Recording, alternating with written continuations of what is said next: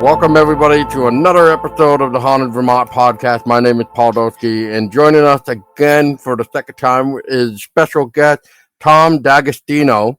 And this time we're here to talk about the history of vampires that resided once, or maybe there might be still lingering even to this day, but it's vampires. And anyway, so Tom, welcome back to the show. And, so how have you been since the last time we talked? Oh, great. Thanks. I'm glad to be back, actually. We've been very busy, my wife and I. So, with all our events and talks and tours and whatnot, new book working on. Perfect. Yeah. And we'll get to that a little bit after the segment. But yeah, to kick things off, vampires. I think we kind of briefly touched on it last time, Tom, but for those that may not have listened to the first episode with you, how would you define a vampire in maybe modern time versus like the 1700s? Well, the modern vampire, obviously, when Bram Stoker's book came out, Dracula, then Hollywood took over. Your modern vampire is this creature that rises from the grave, undead body, and sucks the blood from his victims and turns them into a vampire. Where the actual New England vampire was a whole different entity. That was what they called a spectral ghoul. It was not the body rising from the grave.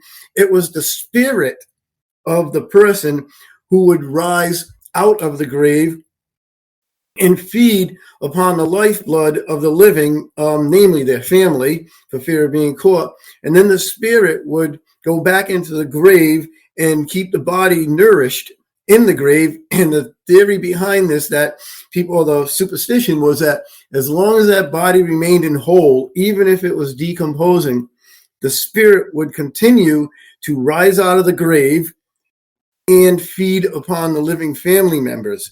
They called it a spectral ghoul. Wow. Interesting.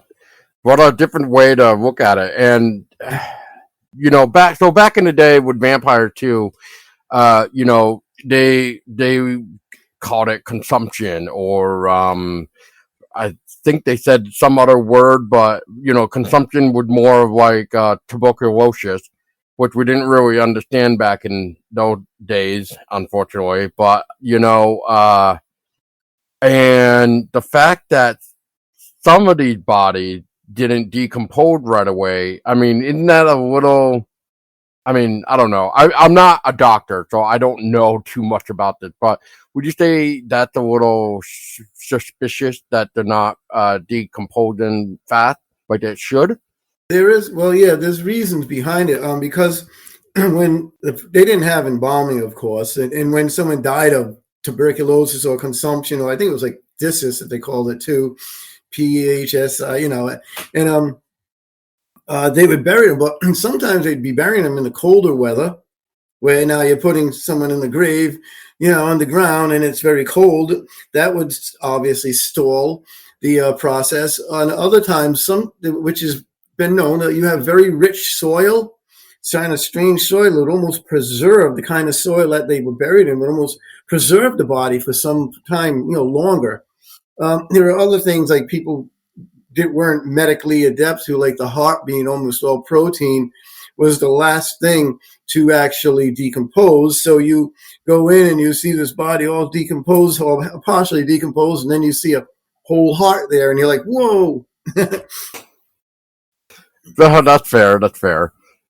There's interesting soil. Yeah, I could see the freezing temperatures, especially in New England weather. Yeah, when it reaches like negative degrees, that does help. You'll be like a frozen popsicle by the end of it. But yeah, soil. That's interesting. I guess I never thought of specific soil that could help preserve something, but I guess that makes sense, especially with the dirt and mud. I guess in certain areas, the thickness. I guess that would make even some sense too. Yeah, that could, yeah, because it would basically probably just create a vacuum. That's true. Yeah. Like I said, I'm not no scientist or anything, so it's not like I would really know. But yeah, it's interesting. All right. So Tom, I know we want to talk a little bit about some of the interesting tales, and you have some very interesting items for some of the tales. So I guess where would you like to start us off for people that may not know about vampires in Vermont? Well, actually, we'll start off with a Connecticut case really quickly because it ties to Vermont. In fact, the Rhode Island case is all tied to Vermont because most of the people where this took place had moved from Rhode Island to Vermont. A lot of them were Rhode Islanders originally.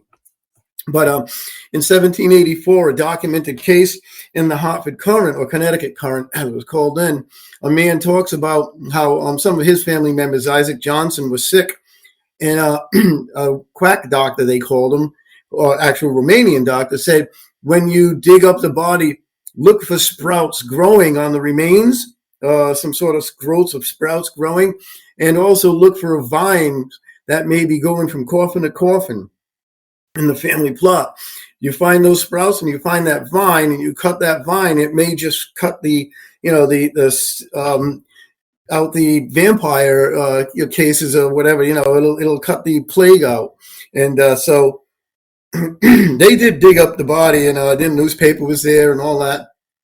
And they didn't find any sprouts or any of that stuff. So it was kind of interesting. They did find like things growing underneath the grave, but you got to figure, hey, they grass seeds or something when they dug it up. But after that became one of the things for a lot of people thought to look for. And in a few cases, like in Vermont and everything, they did look for that as well.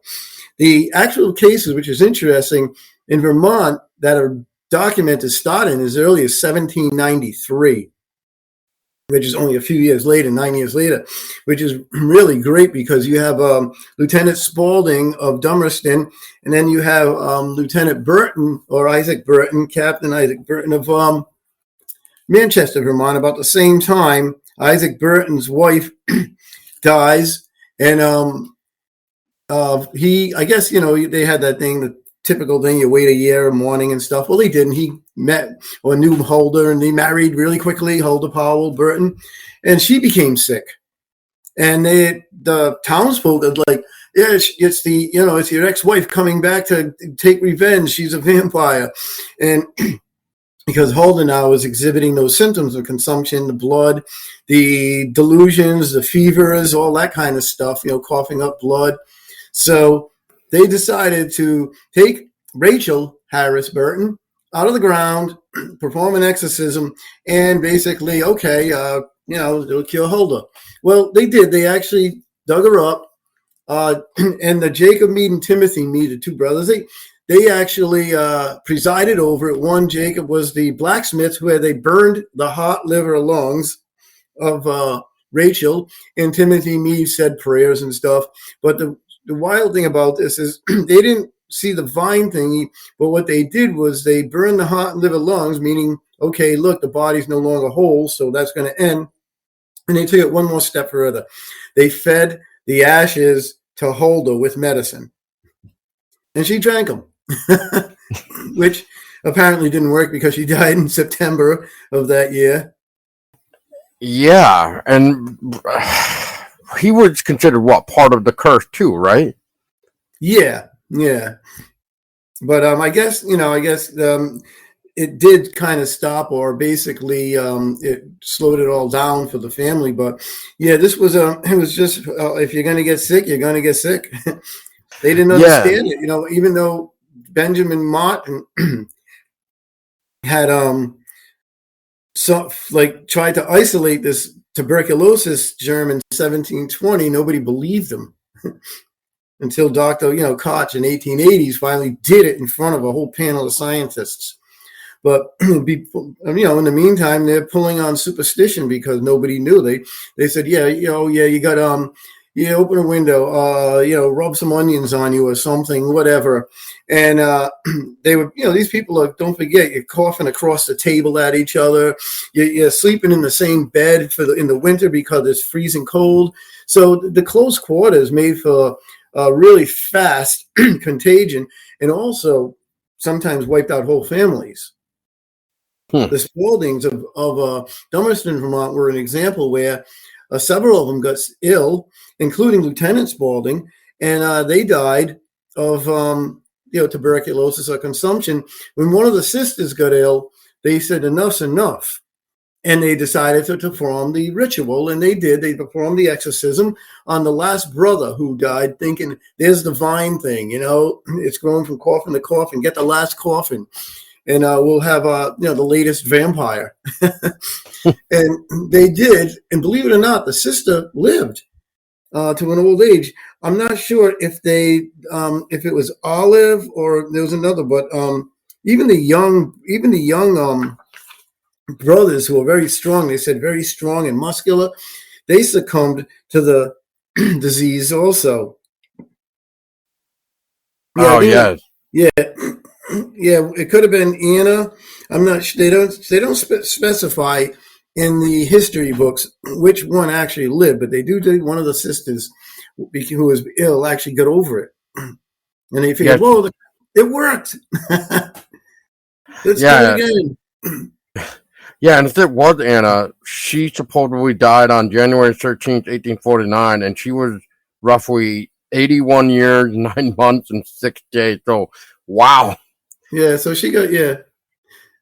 Well, there's a thing, too. A lot of these people, they always say they had short lives. The average life expectancy was only short if you lived like in a city where it's filthy and dirty and you work in factories. But these farm people, they had to get up and move those muscles every day. So a long life, if you didn't die from a disease, you're going to live a pretty good life. Yeah, exactly. And, it's just interesting how fast they were dropping, too, for the Spaulding family, too, which you can even see on the grave when you go visit at the Burnett Cemetery in Dummerston, too.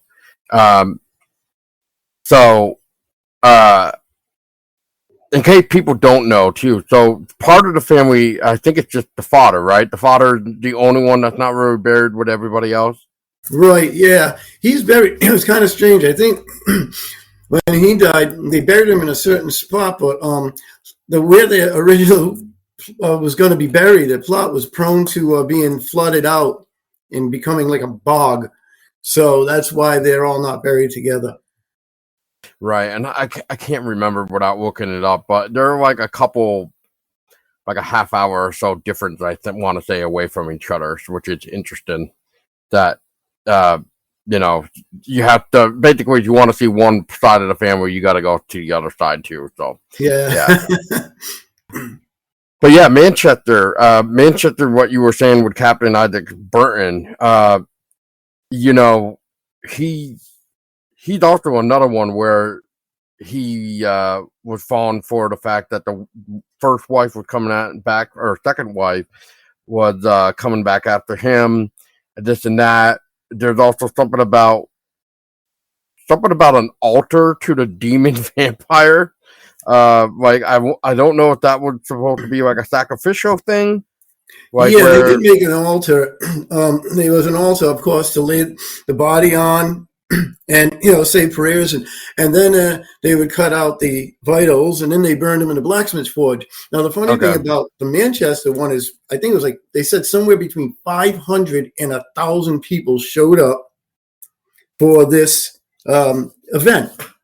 It was basically a fang fair. Oh, boy. Yeah. I mean, all I could picture is, people like selling the balloons and cotton candy and, jugglers and all this stuff. And then just have a good time with it. Yeah. Yeah, just a good time with it. So I'm trying to think. So this is the one that's really tricky too, where there's not really like a cemetery or anything like that. It's just like, I don't know, like a field or something. And so there's really no marker. But is there any type of way to say like this Captain Isaac Burton actually existed? Well, they do know it from war records, from records like that. I think the wife is buried near a churchyard near the center of town or something, or in the square of town. It's been a while, but yeah, and so you know that they existed through all that. They get church records, military records, the land records, and the records in the history book of Manchester that talks about it.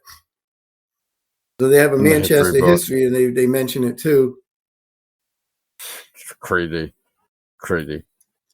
Now, now you have like a manuscript. You said. Now, what one was that one for? Oh, Frederick Ransom.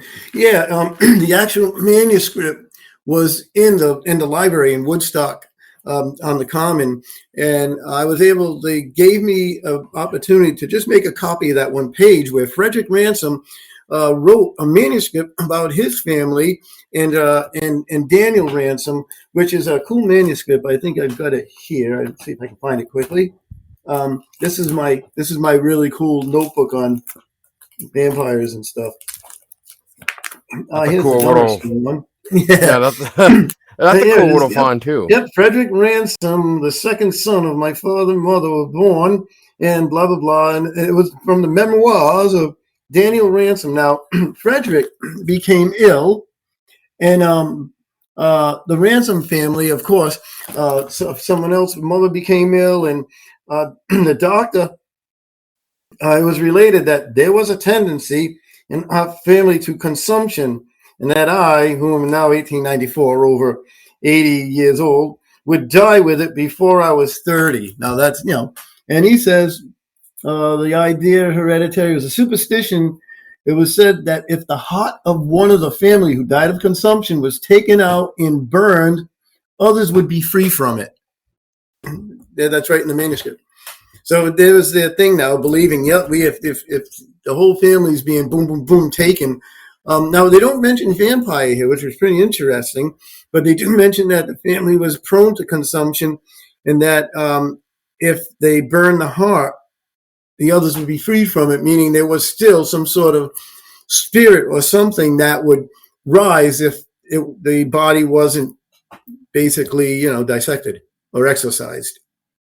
Yeah, that is an interesting way that they don't use it. But I'm also wondering if they didn't do it because maybe one, it would be, like who would believe that? So the next best thing to do is kind of just cover up vampire with a different type of word, in which they did with consumption and Yeah. so on. So maybe they were trying to put the fear of the consumption because obviously it was big back in those days. Because I don't know. Once again, I'm not a historian, but back so we were talking about the 1793s and etc. Now for this Woodstock one, we're talking 1830. So consumption back then, even back in the 1900s, I want to say, there still wasn't really too much of a cure going on for tuberculosis. So, I mean, I'm just trying to think. So maybe that was their way of putting the fear into people. So, like, I guess a good example would look at COVID-19. Like I guess you could say that's more of like a modern era now of consumption in a way. Yeah, the basically what happens with the consumption thing too is that they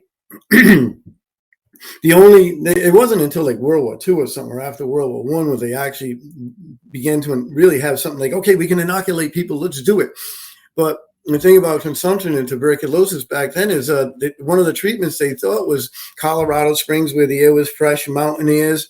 They had consumption camps and everything where the people were quarantined because, it was one of those things, and as time went on, some people did actually get over it. And it's a lot, obviously a lot didn't.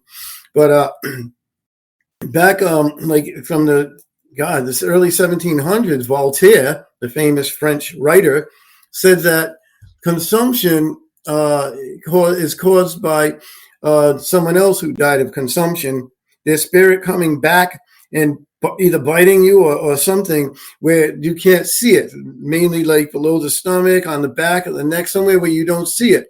And then what happens in the end is you contract consumption and you become pale and gaunt and death-like and white. And then when you die, you perpetuate that, your spirit. And people took that to heart, I guess. Yeah. I mean, they figured they want their loved one to be staying dead, and instead now it's like, oh my god, what did I do? Why is she or they Yeah. attacking me? Depending on And who then, died first.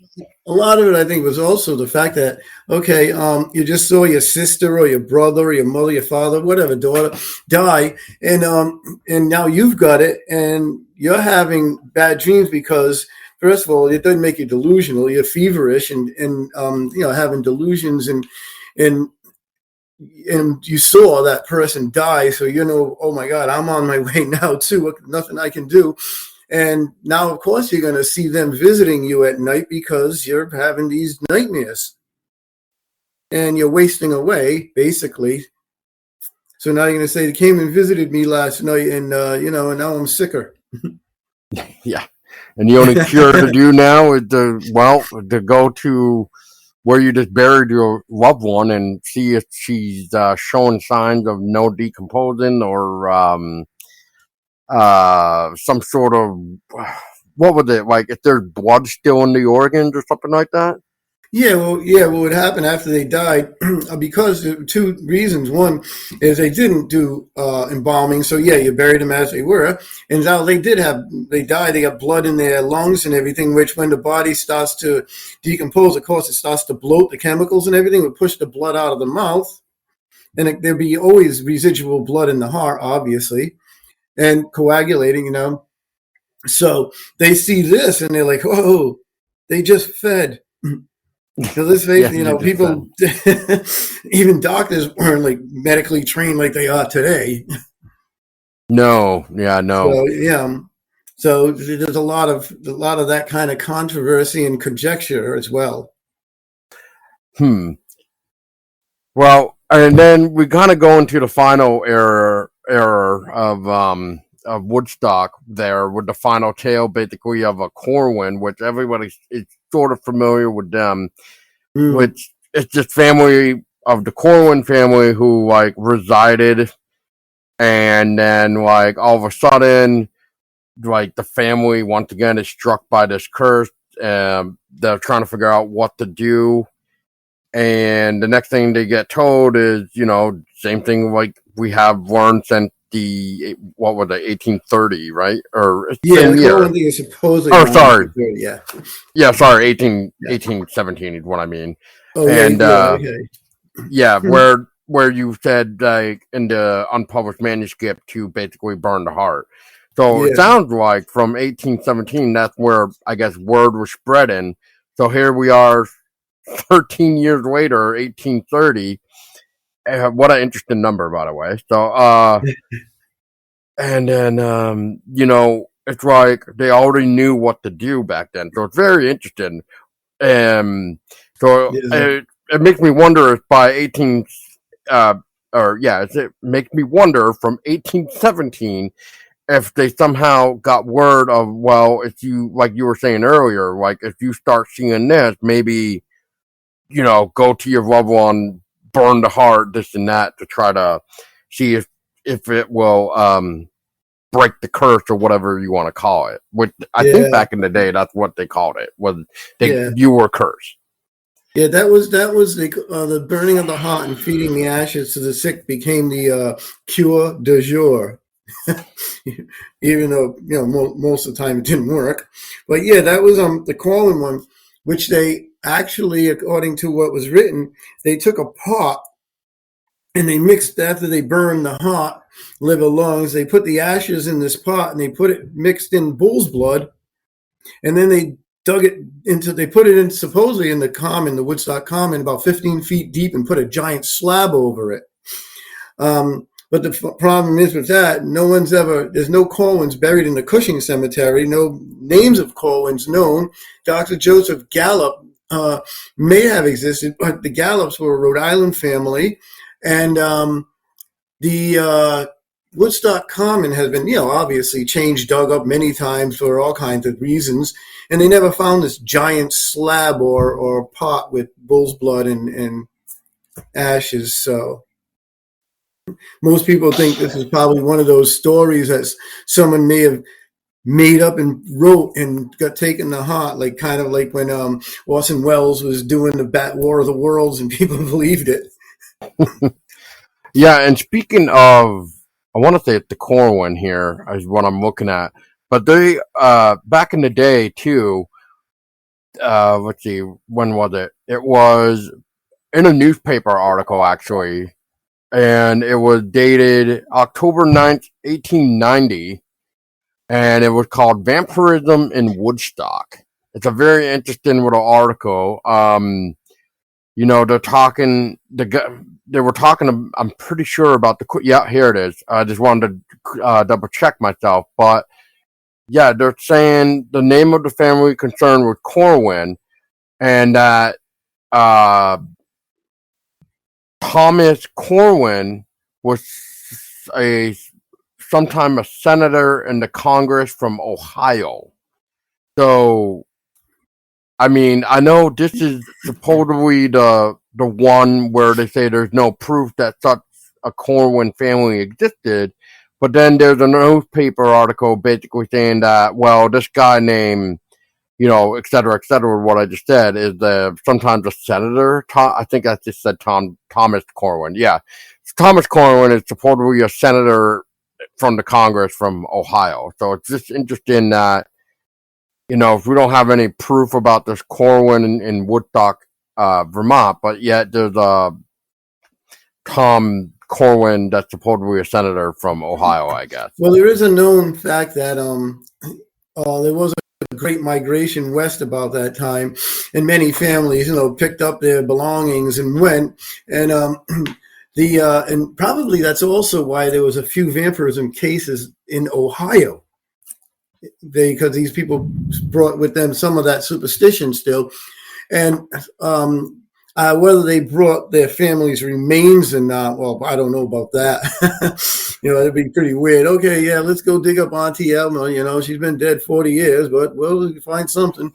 And there was a migration to Ohio, so a lot of these families would not, exist anymore in certain areas. In fact, the one that was found, the Waltons, when JB 55 was found, the only known physical proof of vampirism that we have physically, it was in the Walton Cemetery in Connecticut.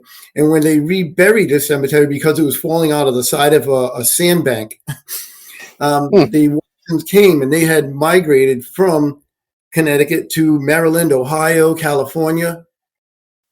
So yeah, shortly after, around the 1830s, actually. Wow.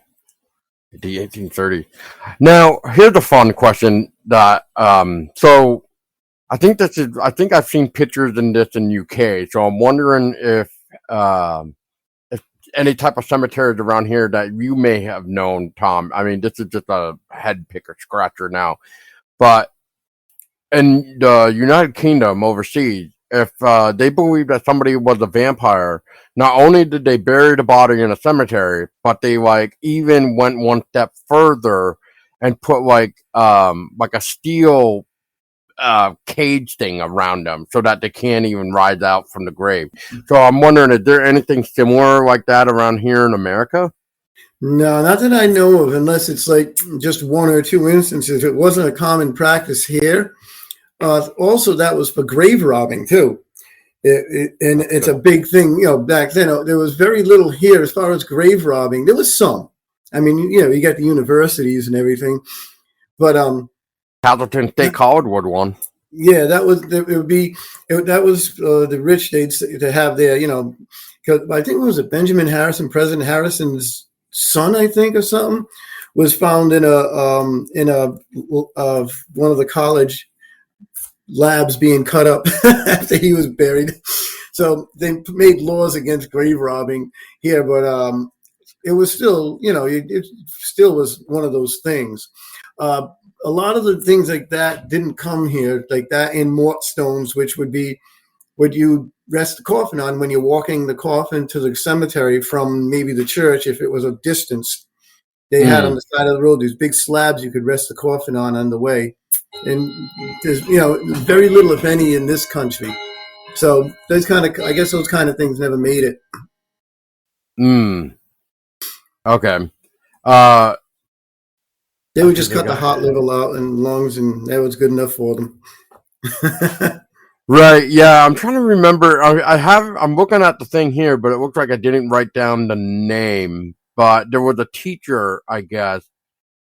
Uh, I'll just read the little thing that I have here for Castleton State College real quick. So involved the old chapel for a grave robin here. There's also a nice little article that they did about the grave robin newspaper that was published in the Rutland Daily Herald on July 30th, 1964, where it was called the grave robbery, different in 1830, which is interesting. They even had to go back to a specific year, which was 1830. Um, so what I find interesting is that this college, once again, is known for grave robbing, but at the same time, they didn't get caught until they ended up digging up the trustee's dead wife, and that's Oh how they yeah. got caught. And then, in order to try to cover it up, so they couldn't identify the body, they tried chopping her head off. Right. I remember reading about that. Okay. Yeah, so I do have that much. I just cannot find the name, unfortunately. But I yeah, think it they was a actually trustee. somebody took the head, one of the kids, while they were looking everything over, put it in a bag and ran with it to get away. One of the Now, students. why would that not surprise me? But yeah, it's interesting stuff. Yeah. So Tom. So going back to the root. So otherwise, beside the 17. Oh crap! I think I'm gonna screw the year up again. 1784 was it? Yeah. Uh, First case, known case, recorded case. yeah. So basically, I'm trying to figure out like. So that basically started the whole, I guess, urban legend per se. I mean, I don't know how else to word this. Maybe folklore about this mysterious root that can supposedly, grow from grave to grave to your family. Yeah. And then and then someone else would become inflicted, and yeah, it was a weird, I guess, a weird way of trying to find something out or figure something out. But they did call the guy a quack, and he was a Romanian doctor, and that's why they put faith in him firstly, and that's probably also what helped fuel the later vampire idea. Spectral ghoul is one thing, but the vampire idea of an actual vampire was due to that. So I'm sure there was an amalgamation of different things coming from different cultures and people's beliefs and superstitions and fears. And before you know it, you got that. What more can you do with that? I mean, I guess back in the day, I guess you don't really need steak or garlic to keep the vampires away. In this case, you just basically do a lot of different things that you said. So, Yeah, the steak, uh, actually, the garlic steaks were actually used on witches. There's a case in New Hampshire where um, Goody Cole, Eunice Cole, when she died, she was arrested like 9 times for witchcraft, spent a ton of time in jail. But when she died, they took her out and they buried her, and they drove a stake through her heart to keep her buried. oh, God. And Yeah, yeah, yeah. so and that was a witch; it wasn't a vampire. And I get the garlic, from what I understand, was worn because if they dug these people up, they smelled so putrid, obviously rotting away. The garlic helped just under the nose. Oh, yeah, that makes sense. Kind of like that special flour that like plague doctors use in their mask to help Mm, cover the scent of that too. posy. Um, Thank you. Yes, yeah, posies. Yes. What a weird, fascinating time. I would say. I guess Romania, though. I mean, at least now we came a long way, right, from these vampires. So Somewhat, I yeah. guess, yeah, some of it. So I guess Tom, for another fun one, and I can shine into this too. So, do you think vampires still walk among us? Uh, actually, well, I don't know. I could say a few jokes, but having to do with some people of power or something. But there are a lot of people who join a lot of people who join these cults, vampire cults, where they say, okay, yeah, it's a vampire cult. We're human, but it's more of a fad or a fashion or something, a way of life. but they're not like the one, they're not going around sucking blood, turning people into undead or anything like that. But there is a vampire in every culture, a vampire sort of creature ingrained in every culture. And they don't necessarily, bite someone on the neck or something. It's different things, but it's the same idea. So there had to have been, something out there a long time ago to create this in every culture. Well, that's so okay. So my theory is like with these Hollywood movies nowadays, right? They had to start somewhere. So it makes me wonder back in the day, and maybe even recent times, I'll even say now too, just to kind of make the point here. So like with cryptid, we'll just say, like for example here, I'll go with cryptid. So people to this day witness like dogman sightings, right? Or werewolf, because they think that it's a werewolf, not dogman. First thing they think of is like like the Howling or American Werewolf in London, stuff like that. So Right. they kind of tell themselves like this can't be happening because this is supposed to be Hollywood. But I almost feel like Hollywood had to have gotten these ideas somewhere. So is it based off of real monsters or in a weird way? I don't really know how to think of this in any other term. Is that maybe we actually believed the monsters were real enough that we actually made the monsters come to life. And that's kind of weird to say it, but like I feel like, we thought up this idea of let's just say American Werewolf in London, right? So we bring this werewolf creature to life, but because people became so afraid of the idea that this could actually exist, boom, next thing you know, now we have like these weird cryptids called dogmen that are all over the place, especially in areas where you would think nothing like this even exists. Same with Bigfoot or whatever, and then now all of a sudden you actually hear people say like, "Yes, I thought it's werewolf," and it reminded me of this movie. Yeah, you're right. I know when Bram Stoker wrote Dracula, he actually took some of the, like Mercy Brown case from 1892 in Exeter, Rhode Island. He actually took that and used it as part of a platform for his book, because in his book, the town is called Exeter. And Lucy Westenra, who is, remember how she's exercised for vampirism, Mina Harker's best buddy, that mirrored Mercy Brown's, case. And Westenra is not, it's a strange name. So some people think it came from Western Rhode Island, which Exeter is in Western Rhode Island. And so his creature was hideous. And then you go get Bela Lugosi, and somebody says, let's make a Dracula with this charming guy, striking looks and all this. And the next thing you know, Dracula is this beautiful, striking guy who's romantic and can charm anybody and stuff, not this hideous creature. So, yeah, you're right. Somebody sees that and they're like, ooh, it's Dracula. But the real Dracula was a very hideous creature, the original. Yeah, yeah, and I mean, I'll say it again for the record. Again, it's like it's a. I know Bram Stoker. Oh God, I should have really looked this one up too. Well, I'm gonna bite my tongue on this one, but I'm just gonna say when it came to Bram Stoker, we cannot forget what fall. I want to say followed, but now I really just don't know. Maybe Tom, you might know the answer, but Nosferatu, right? Yeah, Nosferatu. Yeah.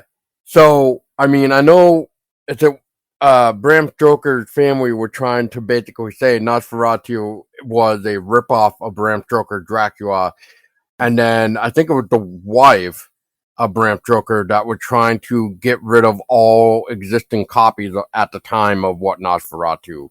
They So that way, did. In fact, they did get rid of all but one, which survived, and that's the one they made many copies of that we see today. The company went bankrupt because of that. Because he basically, according to them, ripped off the book. All he did was change the names, but basically it was the book, page for page, I guess. And they got sued, and they got in the Stoker family won. The yeah, estate of Bram, yeah. I mean, I don't know. I mean, I've always been a fan of Nosferatu. I think it's just the fact of the silent era, I guess. Like, Yeah. it's just fun to watch it that way. Because nowadays, you can basically just turn anything on and have it as background noise. Whereas silent films, you have to actually watch what's going on and read what's on the screen. You can't Yeah, just and the walk way they away. did all the special effects was amazing too. It was during Yes. that German Impressionist era where they were, like if you notice the buildings are really weird and all this kind of stuff. And it's kind of funny because when they were having that, they sent a young student over. England sent a young student over who was studying film here and in England. They sent this guy over to take some notes, learn a little bit. And that guy's name was Alfred Hitchcock. Love Alfred Hitchcock. Yeah. I love his work too. Uh, um, Yeah, one of my favorite scenes from Nosferatu has got to be the classic staircase scene with his silhouette walking up the stairs. Oh yeah, That's probably one of my favorites. But yeah, yeah, no, yeah, makes a great T-shirt. it would. Yeah. Great T-shirt. Yeah, that's a good one. Yeah, I guess so. Tom, like now that it's getting into the spooky season, like, do you have like a movie ritual that you always have to watch around October? Yeah, actually, it's kind of we do. We watch Evil Dead parts 1 and 2. This movie called Dolls. It was I a love that Charles Band movie. one. Oh yeah, huh? It's awesome. Oh, I And we love also it. watched Dracula, the Francis Ford Coppola's Dracula, and usually and some Scooby Doo cartoons. Oh, and it's the Great Pumpkin, Charlie Brown. You got to have that one. Oh God, yeah. You can't go wrong with Scooby Doo, and yeah, I mean that one's always got to be in there too. The Great Pumpkin, Charlie Brown. Yeah, yeah. Besides from what you mentioned, I'll throw in Bride of Frankenstein, Oh and yeah. I'll throw in the 2009 Trick or Treat film by Oh yeah. I saw that was that was a cool one. I saw that one a couple of times. yeah, I just love the idea of that with the Sam being the symbol of Halloween, basically. That if you don't follow the rules, Sam is gonna get you. So yeah, so maybe one day we'll see a sequel to that, but at the same time, I think it became so big that we don't really need a sequel. But yeah. All right. So, Tom, is there anything that we can or that we didn't mention about the vampires in Vermont that we can add in, or Well, there is one thing, like I said before, the most of the cases all over New England were from Rhode Island, and we know that New England's the vampire capital of the world, and Rhode Island's the vampire capital of New England. And because of all these cases, there's so many of them, and there's a lot of documented ones. That's the best thing about it. The one, like I mentioned before, in Connecticut, they actually were digging the cemetery up because it was, it was falling out of the sandbanks. There was a sandbank company there, sand company, and I guess they went in a little too far, and the caskets started coming out of the ground. They found 3 graves. The one said IB, IB. One was NB 13, IB 45, and JB 55. They didn't know what they meant on the coffins, but the one, the JB 55, had slabs, stone slabs all the way around it, protecting it. And when they opened it up, they found that the body had been taken apart. But basically, the femur bones and everything, and the ribs were removed, and the femur bones were put in a skull and crossbone manner.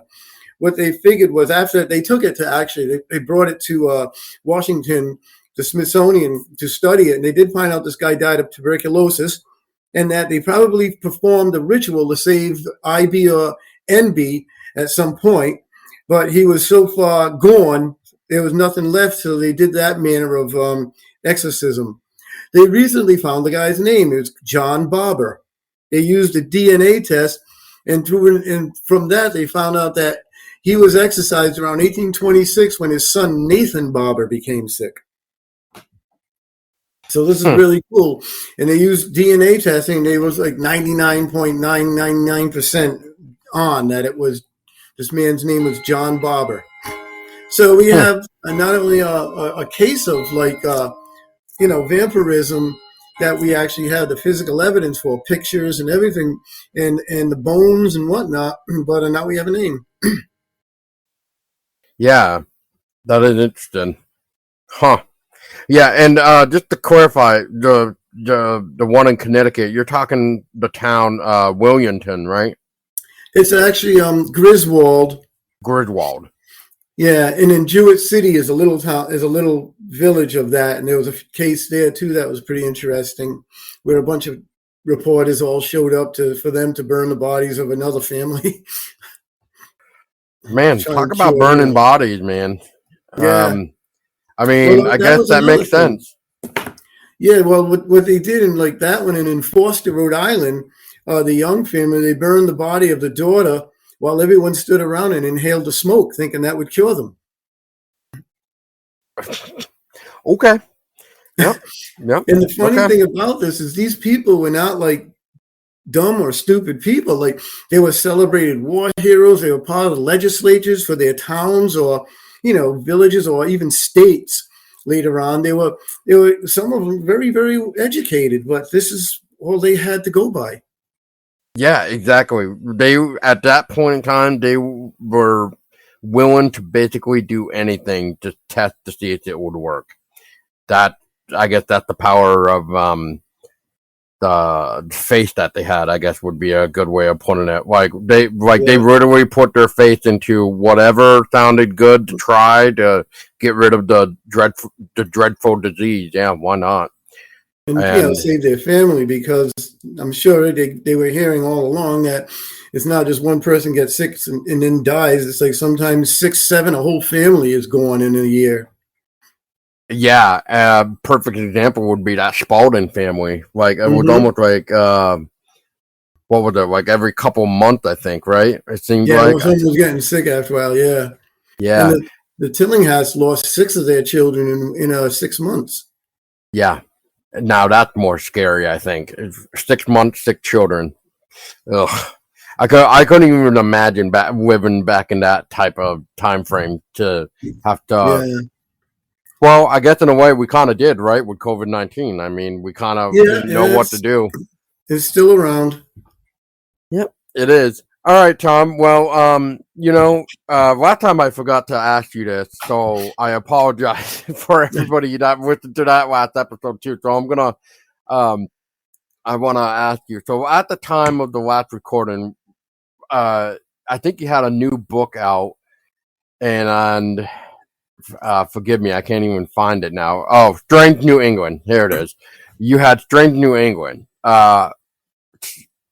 So what is Strange New England, and like what is the future of you right now? Because now that we're heading, as people are hearing this is October, but as you and I are speaking, Yeah. Tom, right now, so you have some crazy events coming throughout the month of October. You even have like Hmm. your infamous you become the investigation, which is sold out, by the way, as of this recording. But yeah, talk to us about what is going on in the world of Tom.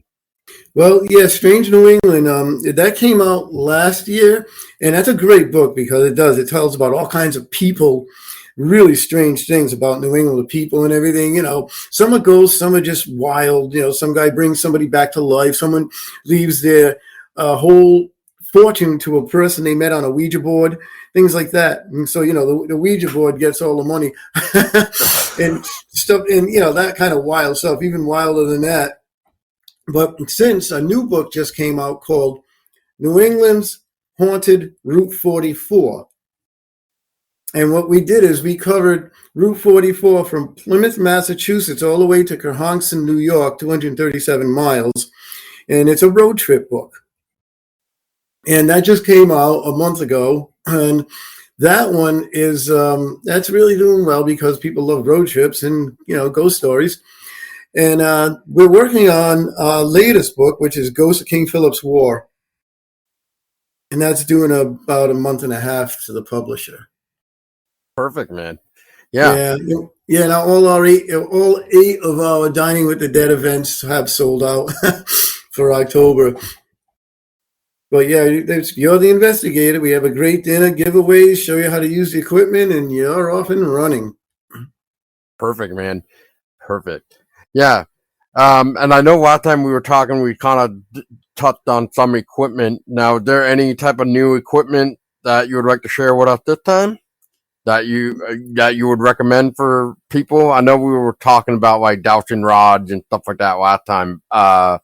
And you were mentioning last time too how like you don't really need to spend like $1,200 on equipment. So I guess for just new listeners, especially now for October, it's the perfect time for investigations and kind of get to the point of pretty soon we'll be at the thin layer of the Day of the Dead, where the dead can finally walk among the living for like a couple of days or a day, depending on how you want to look at that. But yeah, is there anything you would like to discuss for that?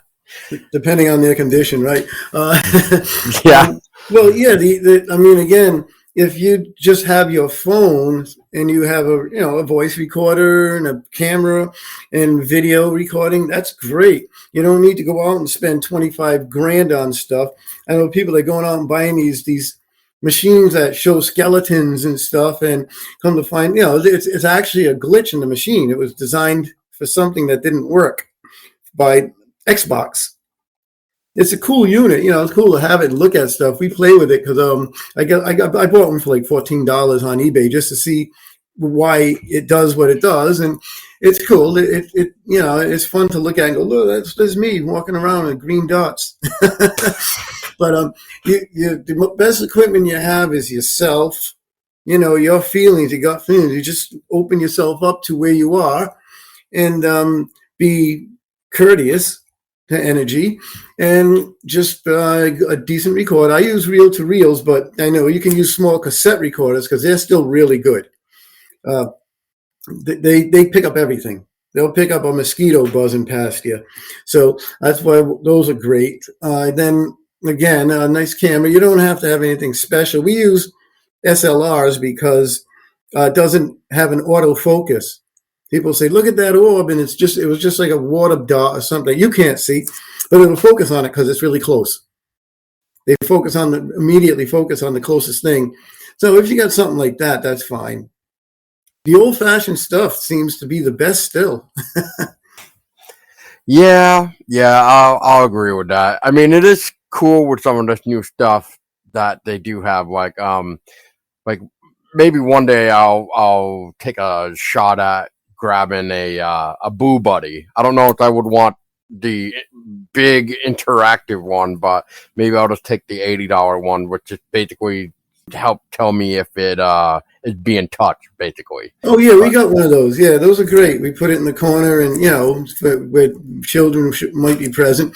We also have a light meter where you got a bright light and a meter, and if something breaks the plane, it bleeps red, and it goes to a number of how many times the plane is broken, and that's pretty cool too. It's almost like having an alarm of sorts. We got a couple of those. Those are cool, just in case. Is that similar to like the oh god, I forget the exact name, but the grid on the wall, like the green grid there for shadows, I want to say. Is that kind of similar? It is kind of, yes, it is, except it's just like one laser beam, like you would see in like, the movies where they got to dive over them because they got to breaking into a place and you see the red beam. Well, it's like that. It's got one beam one light, it's a sensor. And if you put a light in front of it, right on the sensor, a nice bright light, it's okay. But if you go like this, put your hand between it, and you break that light plane, it goes off. And the grid, the grid's cool too. I mean, try anything like that. Those are cool. Simple things. You don't need to go out and spend $900 on an exo-affiliated Geekobrack Roomba. The girls aren't going to say, don't bother with them. They're just using a $30 recorder. Let's go find someone else. Yeah, why not, man? Why not? They're going to speak. You're going to get them. Perfect. Yeah. All right. Well, Tom, so it sounds like you got, like I said, and like you said, you got quite a bit of stuff. So you got Strange New England, Strange New England that came out last year. You said, oh God, you just said the title too, Haunted Route Route 44, 44, yep. and That just then came out. yeah, And King Philip's War goes for next year. perfect. And then finally, you got your event that's coming up that you said is basically sold out. So I Yeah. guess that's always good, man. I'm Oh, glad yeah. that you and your wife are still keeping it creepy for the fall time. So that's good. Oh, we're actually doing a vampire tour in Connecticut. There you go. Yeah, it's Oh, kind of fun. We're that's looking forward to hilarious. it. Oh, it sounds like a lot of fun time. So, I see that you're coming to New Hampshire, so that's always fun. What's Loudon, yeah. is that like another one that's close by to one of the New Hampshire ones? Well, actually, Bonstead, New Hampshire would be the Janie or Annie Dennett case in 1810, and we're going to be in Loudon. We're doing a Haunted New Hampshire presentation in Loudon. Haunted New So Hampshire. we're telling ghost stories of New Hampshire. Ooh. Yeah, there's quite a bit of there, that's for sure. Oh yeah, it's a lot of fun that state. Yeah, and there's a lot of like kind of similar here. There's like haunted hikes that you can take in Vermont and New Hampshire, so that's always fun. So yeah, I want to check more about that too. The haunted hikes in New Hampshire, the other book that I know of. But yeah, Oh, is that Mary O'Connor? Mary Ann O'Connor, Haunted Hikes in New Hampshire. I want to say that's the name. I don't have it in front of me to really like. Yeah, it's got a yes, skeleton walking with a stick. Yes. Yeah. Yeah, that's a great book. We did a few book signings with her. She's a great person. Yeah, Mary Ann O'Connor. Yeah, she's great person. Yeah. Yep. Yeah. I know she did a revived version of it, so I definitely gotta check that one out too. Oh, cool. Yeah. Yeah. All right. Well, Tom, before I let you go, so if people wanted to keep up with everything spooky on your end, where can people go? Well, they can go to www.tomdagostino.com or www.diningwiththedead1031.com. 1031 being Halloween, so. No. Some people ask that. What's the 1031 for? Okay. Well, I guess you could always say, well, it is 10:31 p.m. Right? Yeah, there you go. Yeah. We just made that up. Yeah. Yeah, we just made that up. All right, Tom. Well, once again, thank for your time, and tell your wife I said hello, and that if she ever wants to talk about her photos and your stuff together, feel free to give her my regard too. So yeah. Thanks. Yeah, thank you. Yeah, so until next time, we will maybe talk to Tom about something else. But for anybody listening, feel free to reach out and see if you want Tom back to discuss whatever you can think of, I guess. Give me some ideas there. Me and Tom can go back and forth maybe. So anyway, until next time, everybody, take it easy, because keep your eyes open. It's that time of year, because you just never know if an apparition will appear in front of you.